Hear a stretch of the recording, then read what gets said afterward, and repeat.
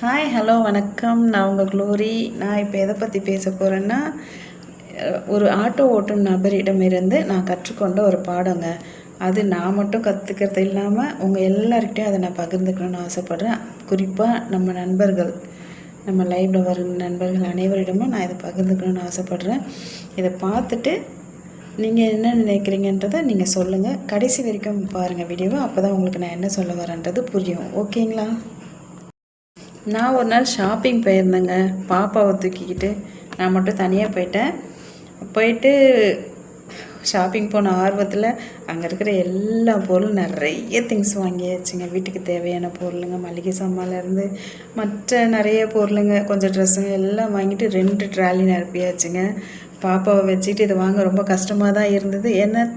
இருந்தாலும் என்ன பண்ணுறது, ஒரு ஆவலில் எல்லாமே வாங்கியாச்சு. வாங்கிட்டு 2 ட்ராலி நிறைய வச்சு அடுக்கியாச்சு. அதுக்கப்புறம் ட்ராலி நிறைய எனக்குள்ளே ஒரு பயம். ஐயோ, பாப்பாவை தூக்கிக்கிட்டு இந்த ட்ராலி எடுத்துகிட்டு எப்படி நம்ம மெயின் ரோட்டில் போய் ஆட்டோ ஏற்றி எப்படி வீட்டுக்கு போகிறோம் அப்படின்ற ஒரு பயம் வந்துடுச்சுங்க. இருந்தாலும் என்ன பண்ணுறது, போய் தானே ஆகணும். பில்லும் போட்டாச்சு, பே பண்ணியாச்சு. இதுக்கப்புறம் நம்ம போய் தானே ஆகணும் அப்படின்னு சொல்லிட்டு நானும் தைரியமாக கிளம்பிட்டேங்க. ஆனால் அந்த ஷாப்பிங்கை விட்டு வெளில வர்றதுக்குள்ளே நான் பட்ட பாடு இருக்குது பாருங்கள். அந்த 2 ட்ராலி எடுத்துகிட்டு என்னால் வரவே முடியல. அப்போ இன்னும் கொஞ்சம் பயம் வந்துடுச்சு.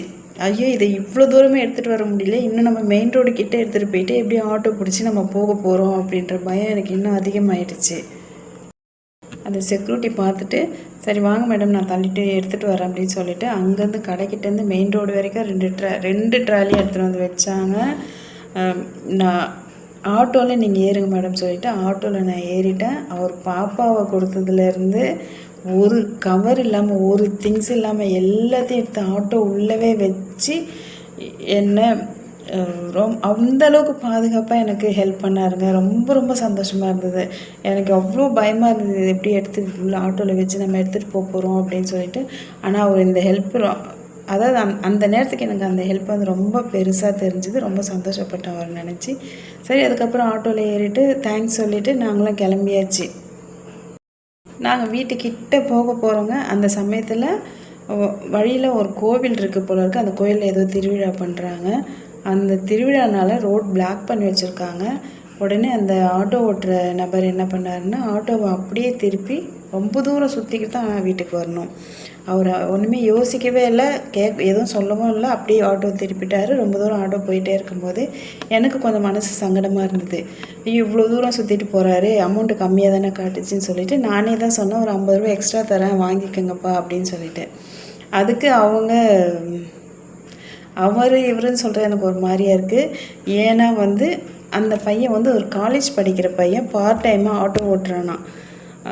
இதுவே ஒரு பெரிய விஷயமாக தான் இருந்தது. அந்த பையன் சொன்னது என்னென்னா, இல்லை வேண்டாம் இருக்கட்டும் அப்படின்னு சொன்னேன். நான் சொன்னேன், இல்லைப்பா ரொம்ப தூரம் சுற்றிட்டு வந்திருக்கீங்க, எனக்கு கஷ்டமாக இருக்குது, பரவாயில்ல நான் 50 ரூபா கொடுக்குறேன் வாங்கிக்கோங்க அப்படின்னு சொன்னேன். அதுக்கு அந்த பையன் சரி, ஆனால் தயக்கமாக சொன்னேன். சரி அப்படின்னு சொல்லிவிட்டு, நான் சொல்கிறது தப்பாக நினைக்காதீங்க மேடம் அப்படின்னு சொன்னேன். என்ன சொல்லுங்கப்பா அப்படின்னு சொன்னேன். அதுக்கு உண்மையிலே கொஞ்சம் அவமானமாக தாங்க இருந்தது. என்னென்னா, மேடம் அந்த ஷாப்பிங் போனீங்க இல்லைங்களா, அங்கே அந்த செக்யூரிட்டிக்கு எவ்வளோ சேலரி இருக்கும்னு நினைக்கிறீங்க அப்படின்னு கேட்டார். எனக்கு எதுக்குப்பா இதை என்கிட்ட கேட்குறீங்க அப்படின்னு. சொல்லுங்களேன், எனக்கு தெரியல அப்படின்னு. ஒரு 12லேருந்து 15 வரைக்கும் தாங்க அவங்களுக்கு சேலரி இருக்கும். ஒரு நாள் ஃபுல்லாக நின்றுட்டு கஷ்டப்படுறாங்க. உங்களுக்கு அவங்க அவ்வளோ ஹெல்ப் பண்ணார்ல, அவருக்கு ஒரு 20 ருபீஸ் கொடுத்துருக்க கூடாதான்னு சொன்னோடனே உண்மையிலே எனக்கு ரொம்ப அசிங்கமாகிடுச்சிங்க. ரொம்ப கஷ்டமாயிடுச்சு. அந்த பையன் சொன்னது ரொம்ப ரொம்ப சரியான வார்த்தை. இன்னொன்று அந்த பையனை நினச்சி எனக்கு ரொம்ப பெருமையாக இருந்தது. ஏன்னா ஒரு காலேஜ் படிக்கிற பையன் பார்ட் டைமாக ஒர்க் பண்ணுறான், அவன் இந்தளவுக்கு யோசிக்கிறானா அப்படின்னு அவனை நினச்சி ரொம்ப சந்தோஷமாக இருந்தது. என்னை நினச்சி ரொம்ப அசிங்கமாகவும் இருந்தது. அப்புறம் அந்த பையன் தப்பாக நினைக்காதீங்க மேடம், நான் இப்படி சொன்னேன்னு சொல்லிட்டு அப்படின்னு சொன்னார்.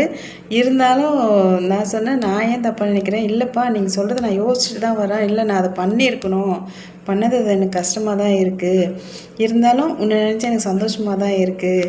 சரி, ஆட்டோ வீட்டுக்கிட்ட வந்து தான் நீங்கள் ஆட்டோ விட்டு இறங்கி போயிடாதீங்க, நான் உங்களை பார்க்கணும்ப்பா அப்படின்னு சொன்னேன். அந்த பையன் எதுக்கு மேடம், இல்லை இந்த வயசில் நீ இவ்வளோ கரெக்டாக இந்த மாதிரி ஒரு விஷயத்த யோசிப்பேன்லாம் நினைக்கல. காலேஜ் படிக்கிற பசங்கன்னா ஜாலியாக இருப்பாங்க, போவாங்க, பசங்க கூட அரட்டை அடிப்பாங்க, இப்படி தான் இருப்பாங்க. இந்த அளவுக்குலாம் யோசிக்க மாட்டாங்களே, நீ இந்த அளவுக்கு யோசிச்சிருக்கே, அதனால் நான் உன்னை பார்க்கணும் அப்படின்னு சொல்லிட்டு ஆட்டோ வீட்டுக்கிட்டேயும் வந்துடுச்சு. ஆட்டோ விட்டு இறங்கி அந்த பையனுக்கு ஒரு தேங்க்ஸ் சொல்லிவிட்டு அந்த பையனை பார்த்த உடனே தாங்க எனக்கு ரொம்ப நிம்மதியாகிடுச்சு. பார்த்துட்டு அந்த பையனுக்கு பாய் சொல்லிவிட்டு வந்துட்டேங்க. இதை ஒரு வீடியோவாக போடணும் அப்படின்னு சொல்லிட்டு நான் யோசித்தேன். அந்த பையன்கிட்டேயும் சொன்னேன். அப்படிங்களா, சரிங்க சரிங்க அப்படின்னு சொன்னான் அவன். கொஞ்சம் யோசிச்சு பாருங்களேன், அந்த பையனுக்குள்ளே எவ்வளோ மனசுக்குள்ளே அந்த மாதிரி ஒரு விஷயம் தோன்றது வந்து ரொம்ப ரொம்ப கஷ்டம். ஏன்னா சின்ன பசங்க தானே, அந்த மாதிரி யோசிக்கிறது கஷ்டம். யோசிக்கிறான்னா அது ரொம்ப பெரிய விஷயந்தான். எனக்கே அது தோணாத போயிடுச்சு. நான் ரொம்ப வருத்தப்பட்டேன். அப்போவும் வருத்தப்பட்டேன், இப்போவும் வருத்தப்படுறேன். இந்த விஷயம் வந்து நீங்கள் எல்லோரும் கொஞ்சம் யோசிச்சு பாருங்கள். நீங்களும் முடிஞ்சால் அந்த மாதிரி ஹெல்ப் பண்ணுங்கள். ஒரு 10 ரூபா 20 ரூபாயில் என்னங்க ஆகிட போகுது? அவங்க அதை வச்சு பெரிய பங்களா கட்ட போகிறது கிடையாது. நம்மளும் அதை வச்சு பெரிய பங்களா கட்ட போகிறது கிடையாது. இந்த 10 20 அவங்களுக்கு ஹெல்ப் பண்ணால் அது அவங்களுக்கு கொஞ்சம் சந்தோஷமாகவும் இருக்கும், நமக்கும் அது ஒரு திருப்தியாக இருக்கும். நம்மளுக்கு ஹெல்ப் பண்ணவங்களுக்கு நம்ம ஏதோ நம்மளால் முடிஞ்சதை கொடுத்தோம் அப்படின்ற ஒரு மன திருப்தி இருக்கும். முடிஞ்சால் நீங்கள் அந்த மாதிரி பண்ணுங்கள், சரிங்களா? இந்த விஷயத்துக்கு நீங்கள் என்ன நினைக்கிறீங்கன்றதை கமெண்ட் பண்ணுங்கள், சொல்லுங்கள், ஓகேங்களா? இதுதாங்க நான் சொல்ல வந்தது. ரொம்ப ரொம்ப சந்தோஷம் வீடியோ பார்த்ததுக்கு. வணக்கம், நன்றி.